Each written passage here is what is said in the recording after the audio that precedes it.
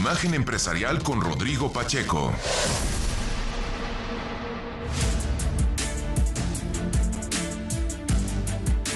La 1:00 con 37 minutos, tiempo del centro de la República Mexicana. Señor Rodrigo Pacheco.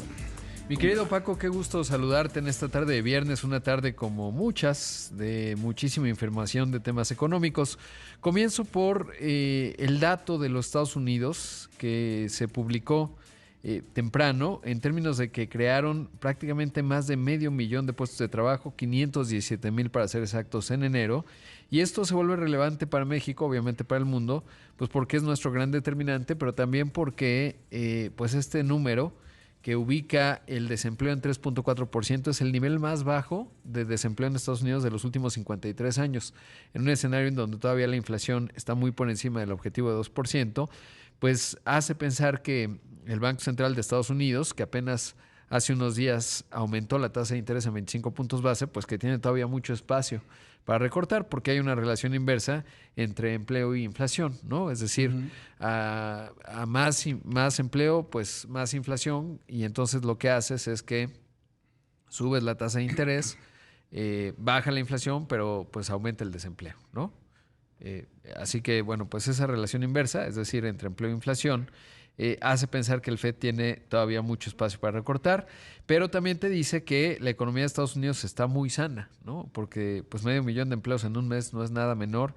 De hecho, sorprendió a todos. Obviamente los mercados interpretan esto, como te lo estoy diciendo, como que el Fed pues va a subir más la tasa, sobre todo porque Jerome Powell así lo había indicado hace apenas unos días. Decía, todavía no llegamos al objetivo de inflación, entonces podríamos subir la tasa mucho más. La Bolsa Mexicana de Valores reacciona un poco distinto, 0.28%, pero bueno, pues ese es un asunto.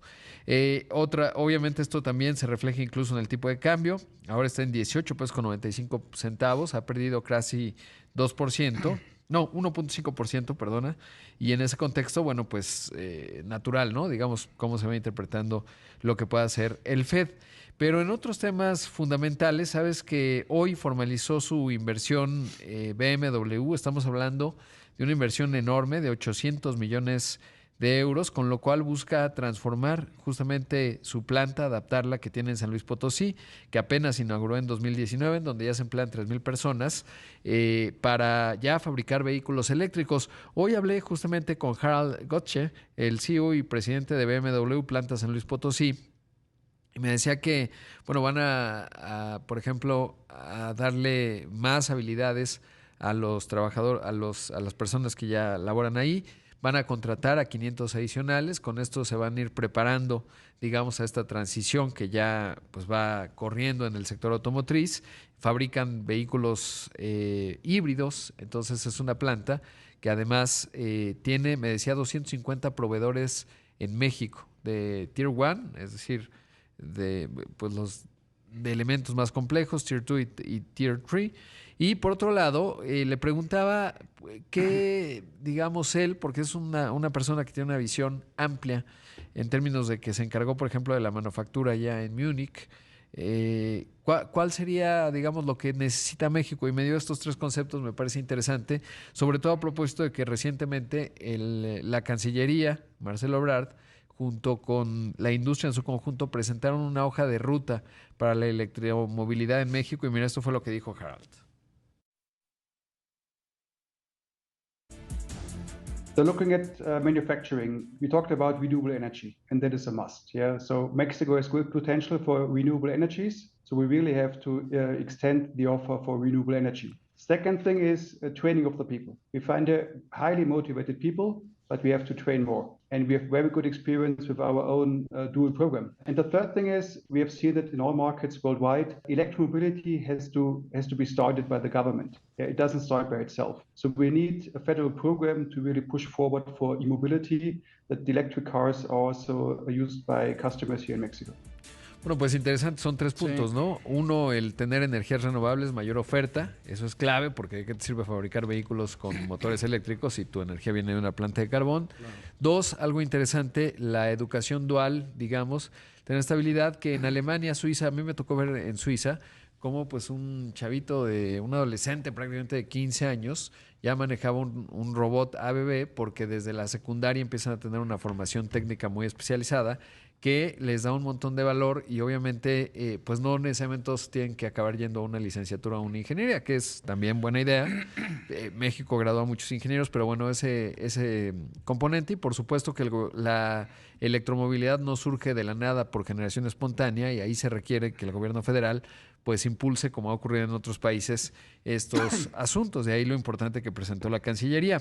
También platiqué con Guillermo Rosales, el presidente de la Asociación Mexicana de Distribuidores Automotores. Le preguntaba justo de lo mismo. Ya ves que se vendieron 94,000 vehículos este arranque de 2023, vehículos nuevos, por supuesto. Estima que se crecerá 4% en la venta de vehículos comparado con 2022, y esto me dijo con respecto a lo que se presentó en cuanto a la hoja de ruta para la electromovilidad. Y avanzaremos hacia ello, y con una claridad en cuanto a que la definición de este tipo de políticas públicas son transseccionales. No podemos estar sujetos a los tiempos de la administración pública, porque requiere del compromiso del Estado mexicano, más allá de quién encabece el Ejecutivo. Esto es muy importante, tal cual como ha sucedido, y es el mejor ejemplo el Tratado de Libre Comercio con América del Norte, el Telecán, ahora TEMEC.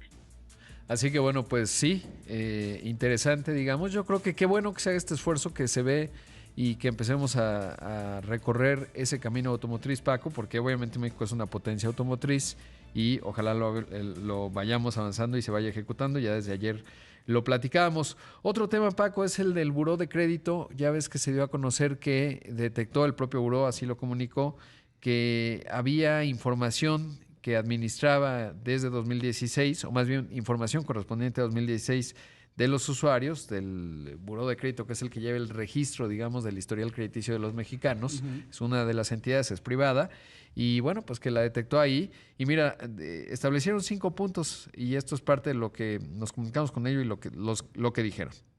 La investigación en curso permite concluir lo siguiente. Primero, no hay evidencia de que la infraestructura de seguridad informática históricamente, y en particular de 2016 a la fecha, hayan sido vulneradas. 2. La información en todo momento se ha mantenido totalmente resguardada y no presenta afectación alguna. 3. No existe información expuesta de claves de acceso y o contraseñas de productos y servicios de buró de crédito. 4. La base de datos actual presenta información confiable. Todos los datos se encuentran inalterados y están protegidos con tecnología de punta que cumple con los más altos estándares de ciberseguridad.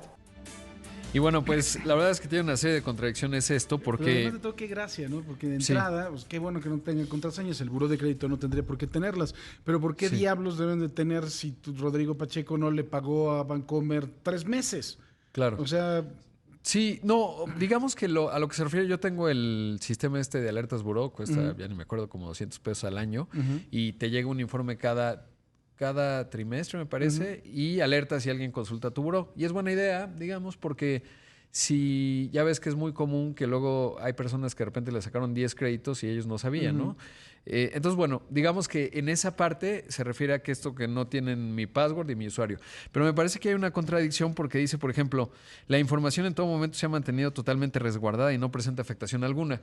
¿Qué es la información? Porque si alguien que no es del buró y que no tendría que tener esa información la tiene, pues ya hay una afectación sobre la información. Entonces no puedes decir eso. Es que se robaron, ¿no? Que se robaron. Entonces, si se refiere... lo único que tiene el buró es la información.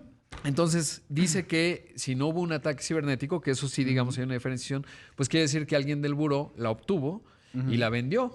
Entonces, pues no puedes decir que la información se ha mantenido prístina en ese sentido, porque pues justo la naturaleza de la información, cuando es digamos, ciertamente confidencial, pues su bienestar radica en que no la conozca todo el mundo y que no se venda tu información. Dice que además la base de datos actual presenta información confiable. Bueno, faltaba más, ¿no? Imagínate que no tuviera información confiable en la base de datos actual, pues sí sería medio delicado. Me parece que hace falta que aclaren más, ¿no? Porque de otra forma, pues cae esta especulación y la gente tiene miedo, digamos, pues de que finalmente tu información esté allá afuera, que es un problema bien común en México, que las bases de datos pues se venden a diestra y siniestra, ¿no? Y es muy común, por ejemplo, que a veces hay que tener confianza, pero los que te dicen, oiga, no quiero una tarjeta de crédito y las solicitudes que tienen ahí, pues a veces acaban en otros lugares y es un tema bastante delicado que no hemos logrado solventar del todo en México y aquí el buró pues requiere todavía comunicar más a profundidad qué pasó exactamente. Estoy de acuerdo.